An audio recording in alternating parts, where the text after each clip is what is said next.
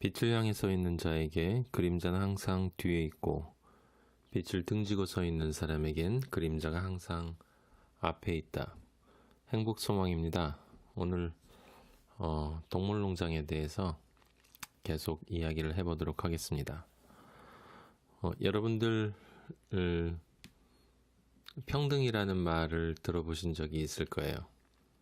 아니요, 평등이라는 말을 사실 모르는 사람은 없죠. 그리고 이 세상이 평등한 세상이 되기를 원하지 않는 사람도 없습니다. 평등이라는 말이 무슨 뜻인지 혹시 생각해 보셨습니까? 기본적으로는 우리가 가지고 있는 그 인간의 존엄 또는 헌법이 보장하는 기본권, 인격, 행복 추구 이런 이 삶의 기초적인 것들 또는 존재의 근원적인 것들에 대해서 인간으로서 차별이 없는 상태를 뜻하죠. 적어도 부당하지 않고 공정하고 정당한 것, 정의 이런 것들이 이 평등이라는 단어와 연결이 되어 있습니다. 우리 민주주의 사회가 근본적으로 추구하는 것도 그거고요.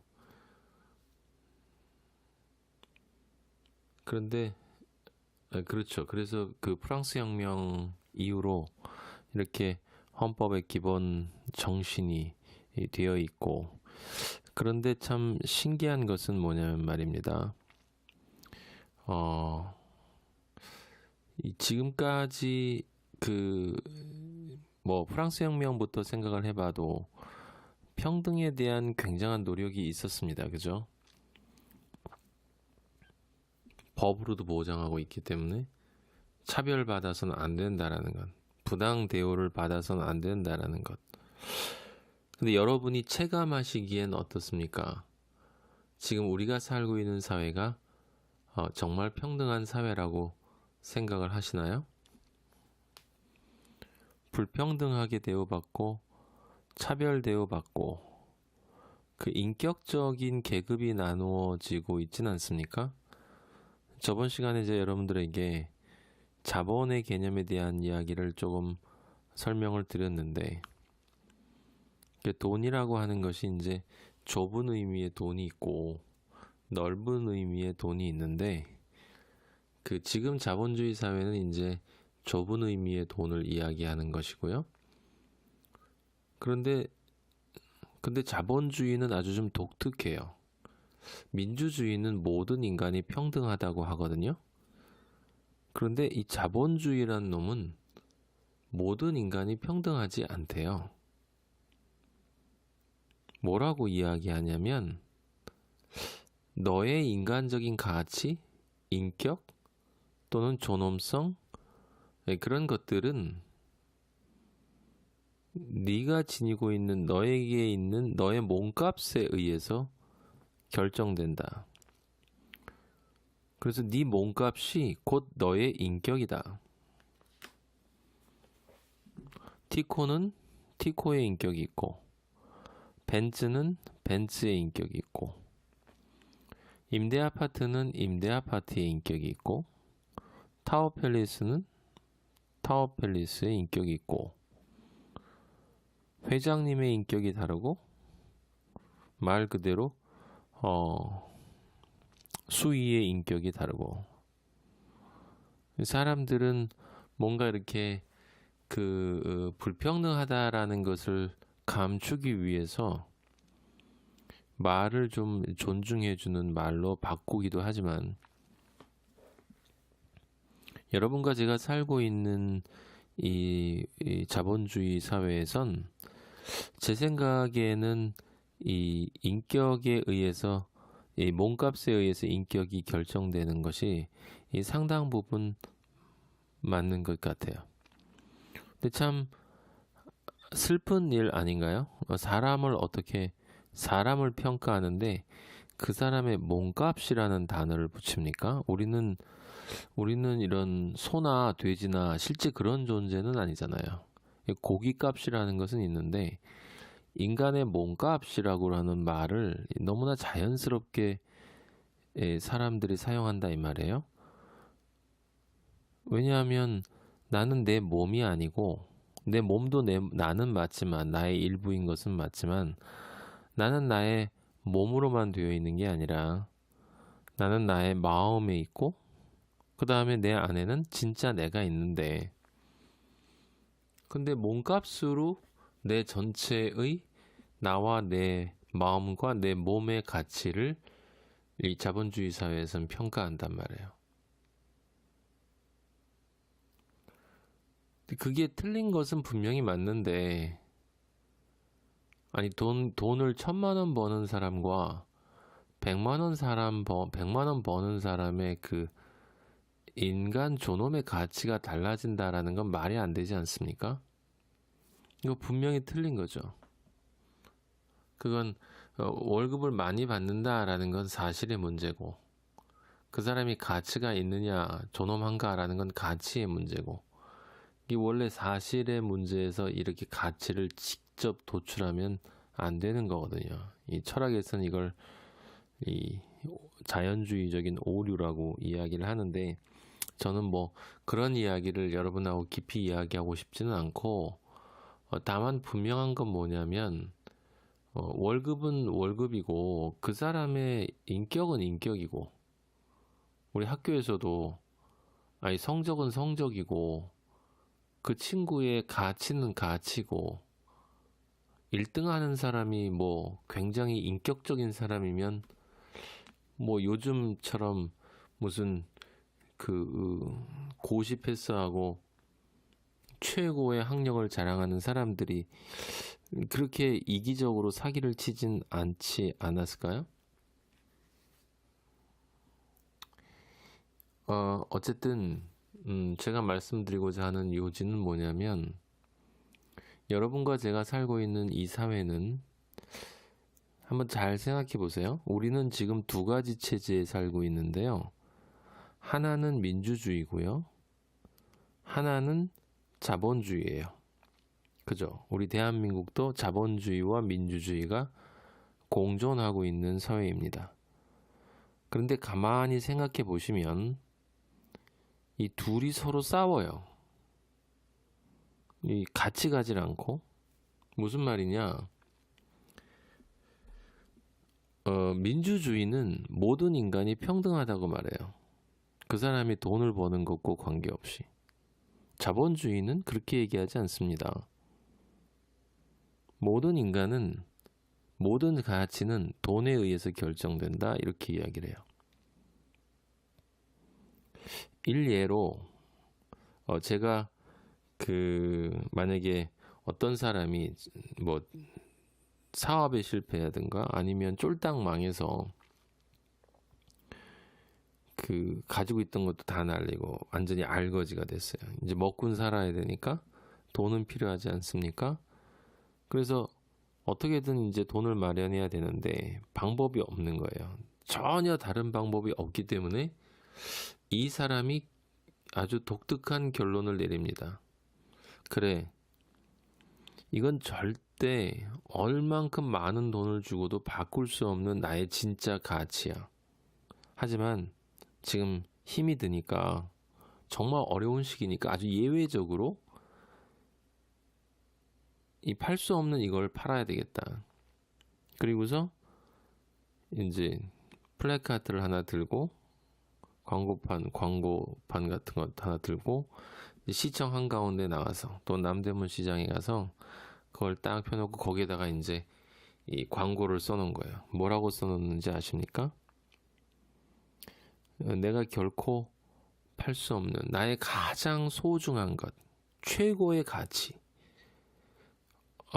얼마나 많은 돈을 주고도 결코 살 수 없는 진짜 가치인 나의 존엄을 단돈 1억에 팔겠습니다. 대바겐 세일.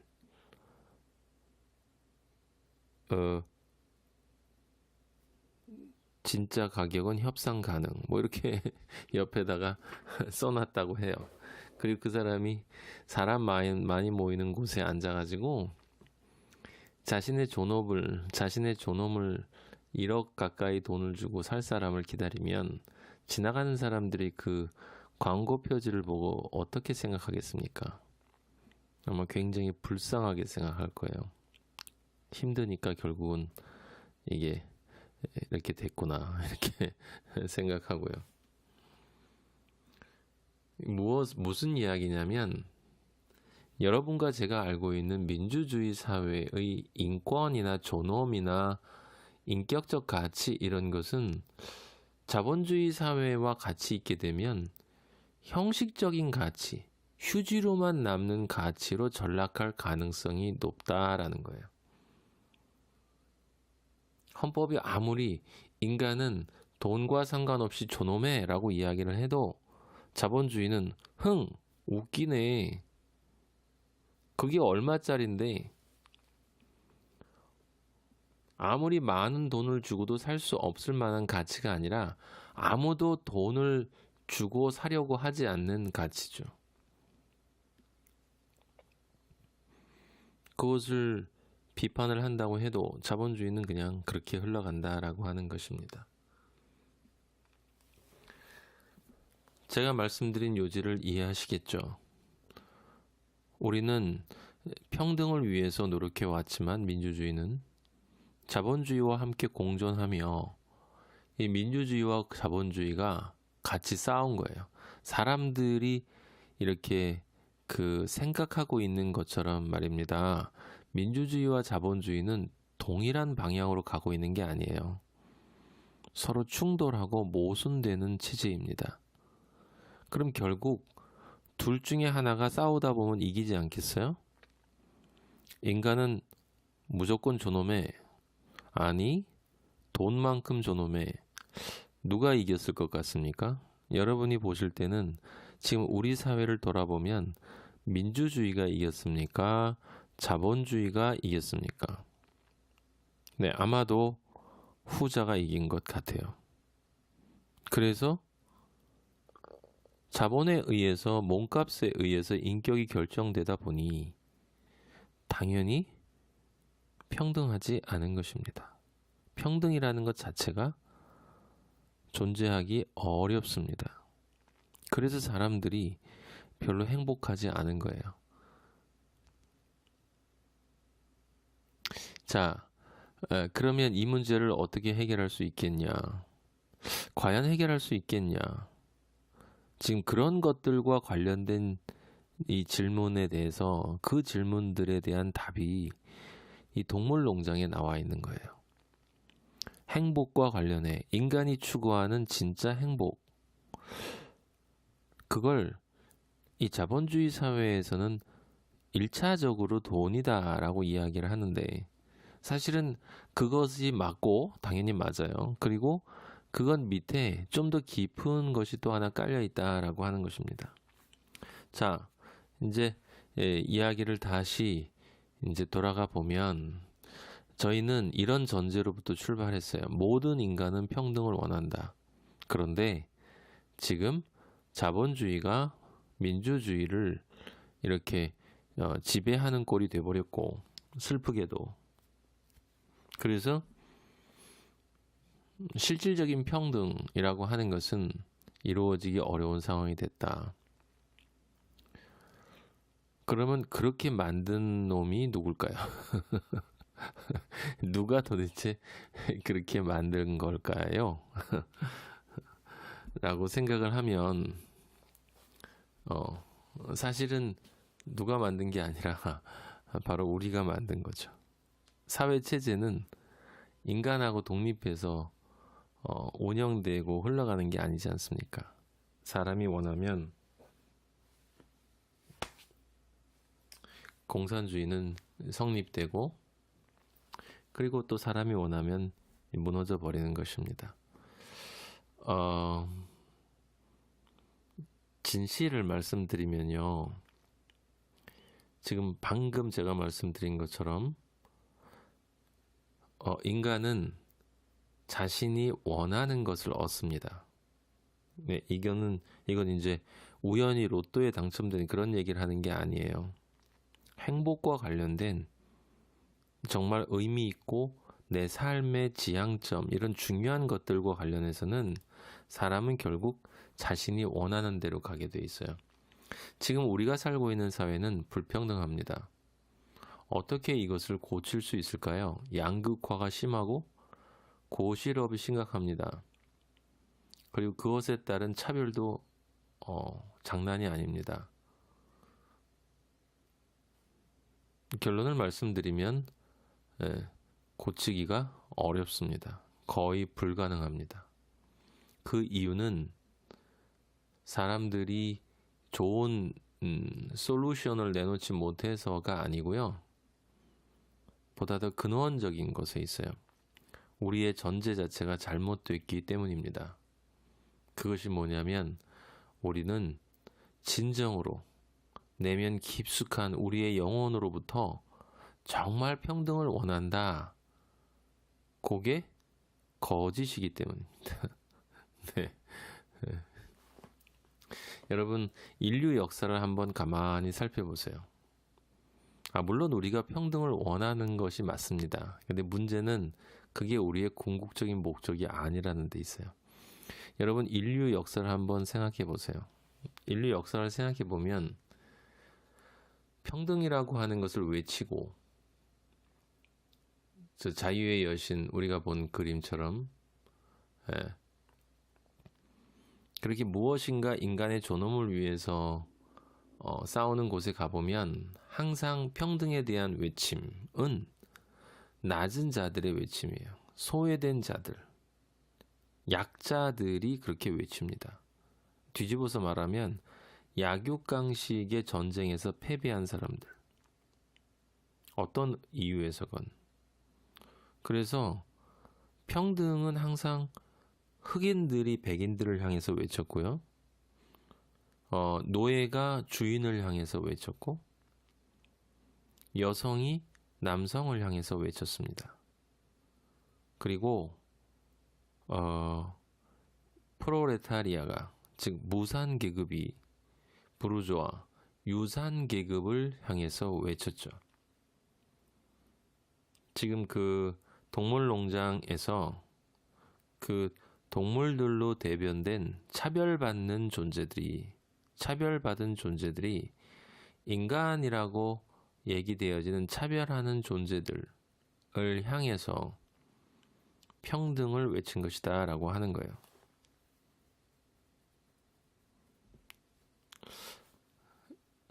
근데 이상하지 않습니까? 그 위에 있는 사람들은 평등에 대해서 관심이 없다는 거예요. 주인이나 남성이나 백인이나, 그리고 여기 동물농장에 있는 그 농장주들은 관심이 원래 없었어요. 그러면 그것은 무엇을 의미하느냐? 인간에게 평등에 대한 관심은 자신이 불평등한 상태에서만 발생한다라고 하는 것입니다. 더 정확하게 말하면 자신이 차별받고 있다라고 생각하는 상태에서만 발생한다는 거예요. 순진한 사람이 하나 있었어요. 그래서 그 사람은 모든 인간이 평등을 정말로 원한다고 생각했습니다. 그게 종국적인 것이고 근원적인 인간의 바람이라고 생각했죠. 그래서 그 무산 계급에 있는 사람들을 유산 계급과 똑같이 만들어줘서 비슷한 거 먹고 비슷한 집에서 비슷한 옷 입고 살면 다 행복해지겠지? 라고 생각했는데 그 위에 있는 놈들은 원하지 않으니까 걔네들은 혁명으로 때려 부수고 다 평등하게 만들어주면 모두가 다 행복한 사회가 될 거야. 그게 바로 마르크스였어요. 그래서 레닌을 시켜서 공산주의 혁명을 일으켰습니다. 네, 지금 동물농장이 된 거예요. 그런데 어떻게 됐습니까, 지금? 지금 공산주의는 망했습니다. 왜 망했을까? 자본주의와 어떤 차이가 있어서 망했을까? 사람들은 체제 자체의 결함이나 약점 같은 것을 생각하고 있을지 모르지만 저는 근본적인 것을 말씀드릴 수밖에 없습니다. 그건 무슨 뜻이냐면 그 평등에 대한 욕구가 채워지면 사람들은 거기에 만족하는 게 아니다. 우리 인간의 본성 자체가 그렇습니다. 거기에 만족하고 서로 이렇게 우리 이제 다 평등하게 사니까 당신 의사가 돼서 공부 많이 하고 힘이 들어도 우리랑 월급 똑같이 받아. 또 거꾸로 뭐 이런저런 똑같은 차, 똑같은 옷, 똑같은 먹을 것 뭐 똑같지는 않더라도 비슷한 것들로 사는 것조차도 사람들은 원하지 않습니다. 인간의 본성 안에는 무엇이 있냐면 자신이 차별받고 있을 때는 평등을 외치지만 일단 평등해지면 반드시 불평등해지기를 원합니다. 튀고 싶은 거예요. 다른 사람보다 더 잘 살고 싶어 합니다. 적어도 내가 더 공부를 했다 그러면 그걸 분명한 권리라고 생각해요. 공산주의가 망한 이유는 체제가 잘못됐기 때문이 아니라요. 인간의 본성을 잘못 이해했기 때문입니다. 마르크스가 너무 순진했던 거예요. 사람들이 다 그렇게 공산주의 말 그대로 같이 생산해서 같이 나눠 먹는다. 그렇게 하면 다 만족할 줄 알았는데 만족하지 않은 거죠. 사람들은 튀고 싶었던 거예요. 그래서 망한 것입니다. 그걸 정확하게 꿰뚫어 본 사람이 누구냐? 그 인간의 이기적인 본성. 남보다 내가 더 종국적으로는 잘 되고 싶고 남보다 더 차별화되고 싶고 남보다 더 이름을 내고 싶고 남보다 더 정말 잘나고 싶고 그런 생각을 가지고 있는 것이 인간의 본성이기 때문에 그것을 자극해 주지 않는 체제는 무너질 수밖에 없다. 그럼 나는 그걸 자극해 주어야지 라고 해서 영리하게 머리를 굴린 사람이 바로 아담 스미스예요. 1776년에 국보로는 그렇게 나온 것입니다. 이기심을 자극해서 마음껏 불평등해져라. 근데 네가 불평등에 낮은 데로 가는 게 아니라 네가 더 높은 데로 올라가서 스스로 네가 원해서 억압하는 것은 아니겠지만 자연스럽게 네가 1등하면 나머지는 다 이 1등을 못하는 상태로 그렇게 불평등해져라. 그럴 권리가 있다. 그렇게 되면 마음껏 너는 네가 누리는 얻은 부를 누리면서 살 수 있다.